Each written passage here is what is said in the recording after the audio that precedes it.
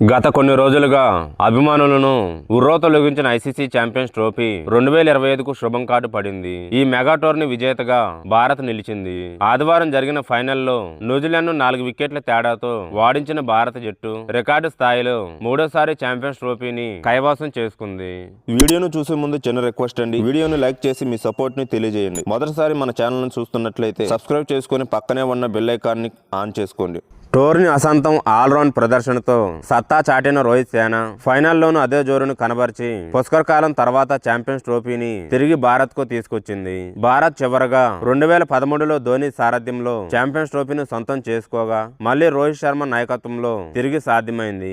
ఇక ఛాంపియన్స్ గా నిలిచిన భారత్ ఎంత ప్రైజ్ మనీని గెలుచుకుంది, రన్నర్ అప్ గా న్యూజిలాండ్ ఎంత మొత్తం దక్కించుకుంది అనే వివరాలు తెలుసుకుందాం. ఛాంపియన్స్ ట్రోఫీ విన్నర్ గా నిలిచిన టీమిండియాకు $2.4 మిలియన్ అందుకుంది.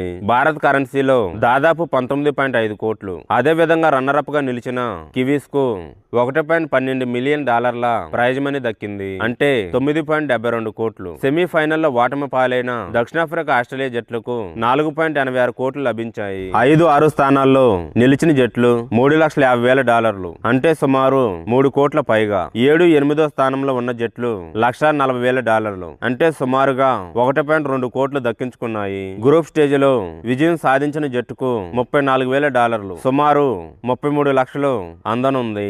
ఈ మెగా టోర్నీలో పాల్గొన్నందుకు ప్రతి జట్టుకు $125,000 అంటే సుమారు కోటి ఐసీసీ అందజేయనుంది. అంటే ఈ లెక్కన భారత్ కు 21 కోట్ల పైనే అందింది.